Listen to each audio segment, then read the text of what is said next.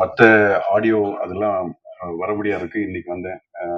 Thanks Ranjith and எல்லாருக்கும் ரொம்ப நன்றி. நான் ஏதோ முயற்சி பண்ணி அவரும் நானும் தனியா இந்த கேரக்டர் ஒர்க் பண்ணோம். தெரியலன்னா நான் கைலாசம்ன்ற ரோல் பண்ணேன். ஸோ அவர் கூட ஒர்க் பண்ணேன். தேங்க்யூ.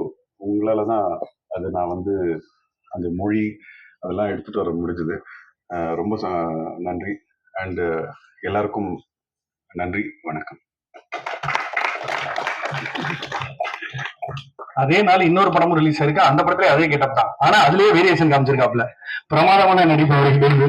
அடுத்தபடியாக முத்துக்குமார் அவர்களை மேடை கேட்கிறேன். வேட்டையாடி விளையாடுல பாட்டுல இப்படி பாண்டியா மாதிரி முடிய சிலிப்பிட்டு வருவாரு. அதுக்கப்புறம் இன்னைக்கு ஒரு மிகப்பெரிய கதாபாத்திரம், பெரிய படம்.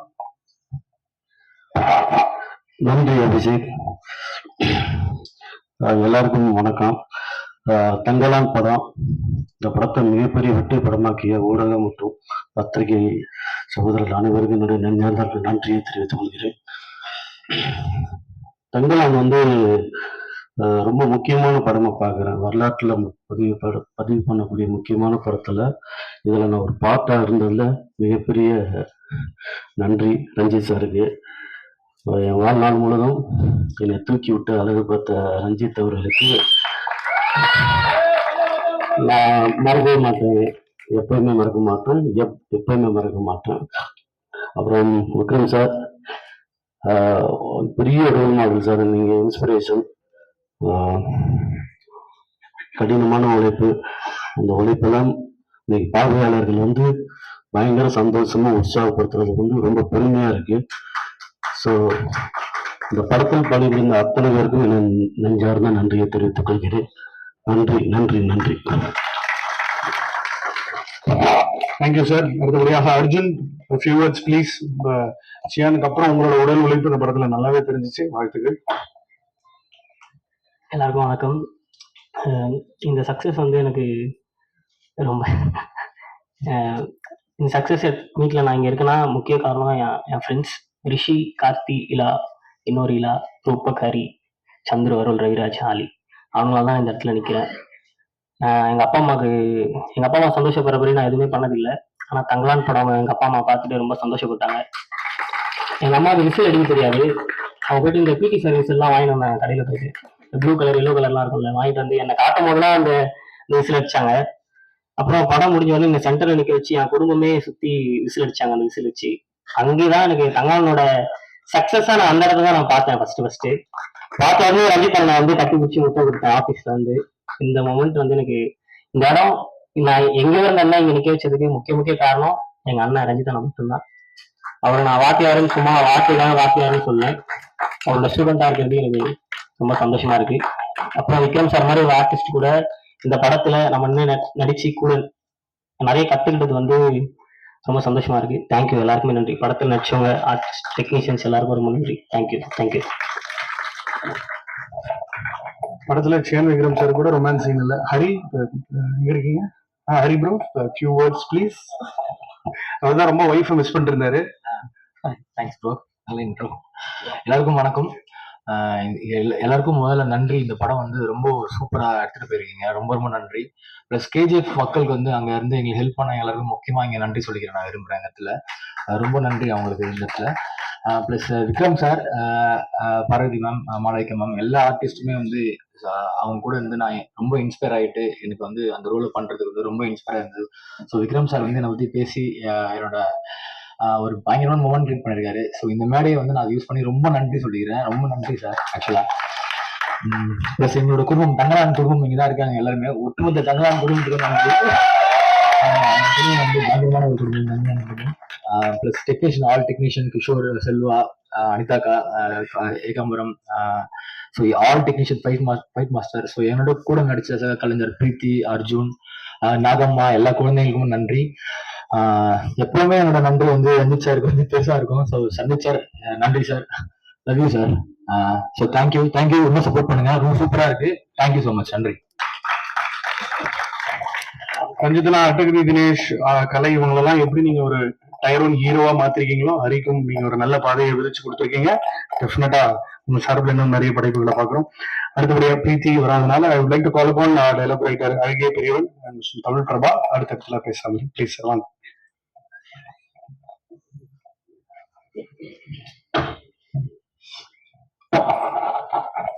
மேடையில் இருக்கிற ஆளுமைகளுக்கும் அரங்கில் இருக்கிற ஊடக நண்பர்கள் அனைவருக்கும் என்னுடைய வணக்கம். தங்கலான்ல பணிபுரிந்தது எனக்கு மிகவும் சிலிர்ப்பூட்டக்கூடிய ஒரு அனுபவம். அது நெருப்பாற்றில் நீந்தி வெற்றி பெறுவது என்று நீங்கள் கேள்விப்பட்டிருப்பீர்கள். ஆனால் ரஞ்சித் அவர்கள் வெறுப்பாற்றில் நீந்தி வெற்றி பெற்றிருக்கிறார்.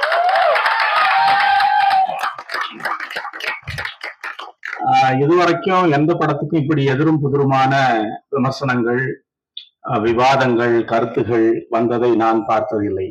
அந்த அளவிற்கு இது ஒரு பெஞ்ச்மார்க் ஃபிலிம் என்று சொல்லலாம். ஏற்கனவே நான் ஆடியோ லான்ச்ல நான் சொன்னேன், இது ஒரு வரலாற்று முக்கியமான ஒரு படம் என்று சொல்லி. அதே போலத்தான் மறுபடியும் நான் அதை சொல்ல விரும்புறேன். அமெரிக்காவிலிருந்து ஒருத்தர் பேசுறாரு, அம்மாப்பேட்டையில இருந்து ஒருத்தர் பேசுறாரு, ஆட்டோகார் பேசுறாரு, ஆசிரியர்கள் பேசுறாங்க. எல்லாருமே யாரு திரும்பினாலும் எங்க திரும்பினாலும் தங்கலான், யார் பேசினாலும் தங்கலான். இப்படி ஒரு டாக் எந்த படத்துக்குமே நான் இது வரைக்கும் கேட்டதே இல்லை. அது முழுக்க முழுக்க இந்த படம் டீல் பண்ண அந்த விஷயங்கள், அதுல காட்டப்பட்ட ஒரு வரலாறு, குறியீடுகள், அதையெல்லாம் தாண்டி நான் என்ன நினைக்கிறேன்னா, ஒரு அசலான ஒரு எளிய மனிதனுடைய கோபம், தகித்து கொண்டிருக்கிற ஒரு கோபம் இந்த படத்துல இருக்கு. அந்த கோபம் தான் அந்த உரிமை குரலாக மாறி இந்த படத்துல வெளிப்பட்டிருக்கிறது அப்படின்னு நான் நினைக்கிறேன். இந்த படத்துல நான் பணியாற்றியதற்கு மிகப்பெரிய ஒரு காரணம் அன்புக்குரிய தம்பி இயக்குனர் ப. ரஞ்சித் அவர்கள். எனக்கு எப்பொழுதுமே அவர் மீது பெரிய ஒரு மதிப்பும் மரியாதையும் அதைவிட பேரன்பும் உண்டு. அது இன்னும் அதிகமாகி இருக்கிறது. அது மட்டும் இல்லாமல் இந்த படத்தில் நான் மிக சொற்ப நாட்கள், சில நாட்கள் 2-3 ஷெட்யூல்ஸ்க்கு போன போது நடிகர்களோடு, அங்க இருக்கக்கூடிய குழுவினரோடு நான் ரொம்ப இயல்பாக பழகினேன். எல்லாருமே அற்புதமான மனிதர்கள். குறிப்பா இங்க லாபில உள்ள உட்கார்ந்துட்டு இருந்த போது விக்ரம் சார் சந்தோஷமா அப்படின்னு கேட்டாரு. என்ன அந்த கேள்வி என்னை ரொம்ப யோசிக்க வச்சிருச்சு. இது ஒரு மிகப்பெரிய சந்தோஷம் தான். இதை விட வேற என்ன சந்தோஷம் இருக்க போகிறது? அவ்வளவு பெரிய ஒரு மகிழ்ச்சி, மாபெரும் உழைப்பை அவர் கொட்டி இருக்கிறார். உண்மையிலேயே அனைவருக்கும் என்னுடைய மனதின் ஆழத்திலிருந்து நன்றியை நான் தெரிவித்துக் கொள்ள விரும்புகிறேன். முக்கியமாக திரு ஞானவேல் ராஜா, தனஞ்சயன் அவர்கள், அது மட்டுமின்றி என்னோடு எப்பொழுதுமே கூடவே இருந்த அன்புக்குரிய தம்பி தமிழ் பிரபா, அப்புறம் என்னோட தொலைபேசியில் எப்பொழுதுமே தொடர்பிலேயே இருந்து கொண்டிருந்த டயலாக்ஸ் சம்பந்தமாக இந்த வார்த்தையை எப்படி உச்சரிக்கலாம், இங்க என்ன போடலாம் அப்படின்னு சில நேரங்கள்ல கேட்பாங்க. அன்பு, அசிஸ்டன்ட் டைரக்டர் அன்பு, அதே போல விடுதலை சிகப்பி, அப்புறம் அன்புக்குரிய மற்ற தம்பிகள், மிக முக்கியமாக சஞ்சய், இப்படி எல்லாருமே நான் சொல்லலாம். எல்லோருக்குமே நன்றி. இந்த படத்தை நீங்க தான் தூக்கி சுமந்திருக்கிறீங்க, இங்க இருக்கக்கூடிய ஊடக நண்பர்கள். இதை இன்னும் அதிகமாக நீங்கள் பரவலாக்க வேண்டும். இன்னும் இதை பெரிய அளவில் வெற்றி பெற வைக்க வேண்டும் என்று கேட்டுக்கொள்கிறேன். இந்த அற்புதமான நினைவுகளோடு உங்களிடமிருந்து விடைபெறுகிறேன். நன்றி. ஊடக நண்பர்களுக்கும் மேடையில் அமர்ந்திருக்கும் திரைக்கலைஞர்களுக்கும் என்னுடைய வணக்கங்களை தெரிவித்துக் கொள்கிறேன்.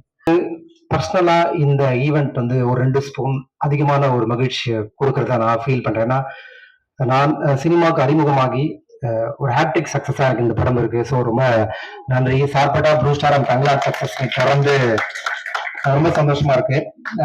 என்ன சினிமாவில் அறிமுகப்படுத்திய இயக்குனர் ப. ரஞ்சித் அவர்களுக்கு இந்த மேடையில் நான் நன்றி தெரிவித்துக் கொள்கிறேன்.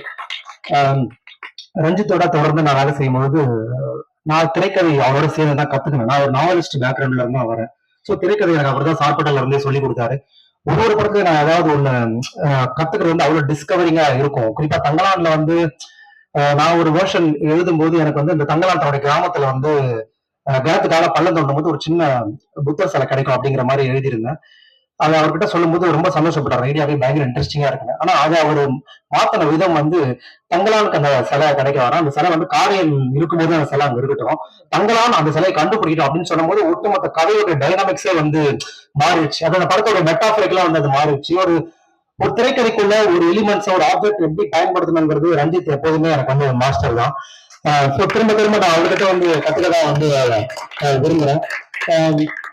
இப்ப இந்த சாப்பாட்டா படத்துல வந்து பாத்தீங்கன்னா நான் எழுதுறது மட்டும் இல்லாம அந்த படம் முழுக்க அவரோட வந்து நான் பணிபுரிஞ்சு வேலை செஞ்சேன்.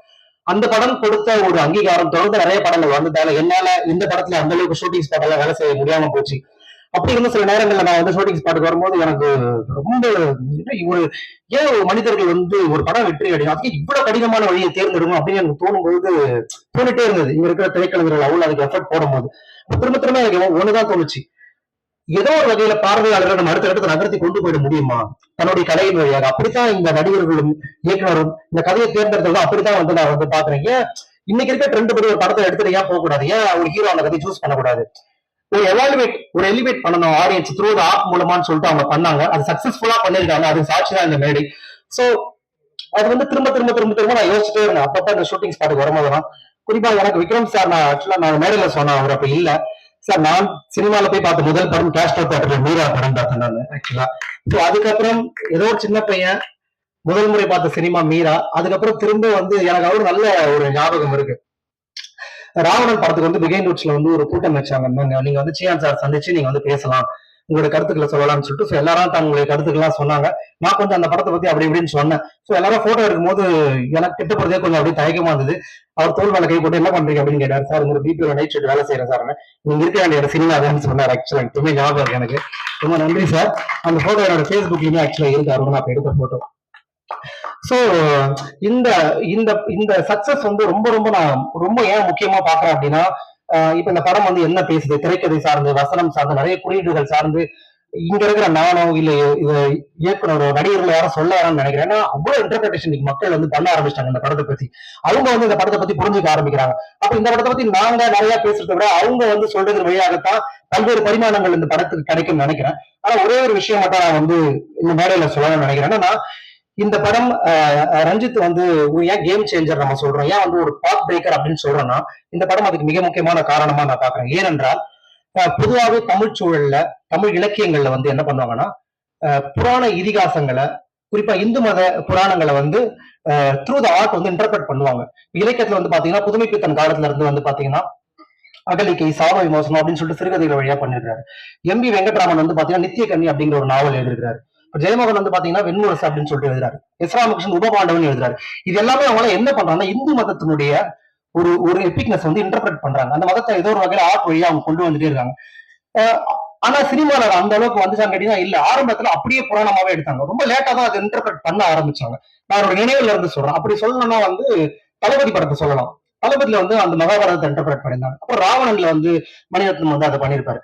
அதுக்கப்புறம் வந்து பாத்தீங்கன்னா காலால வந்து ரஞ்சித் வந்து பண்ணியிருப்பாரு. அப்புறம் வந்து இப்ப சமயமா பாரடைஸ்னு ஒரு படம் வந்து இந்த படங்கள் எல்லாமே இந்த ஹிந்து ரிலிஜன்ஸை ஹிந்துவோடைய பேக்ரவுண்ட் வந்து அவ்வளவு இன்டர்பிரட் பண்ணிருக்கும். ஆனா முதல் முறையாக இந்திய சினிமாவிலே ஒரு பௌத்தத்தை இன்டர்பிரட் பண்ண படம் தங்கலான். அந்த வகையில it's very unique and Epic movie in Tamil cinema.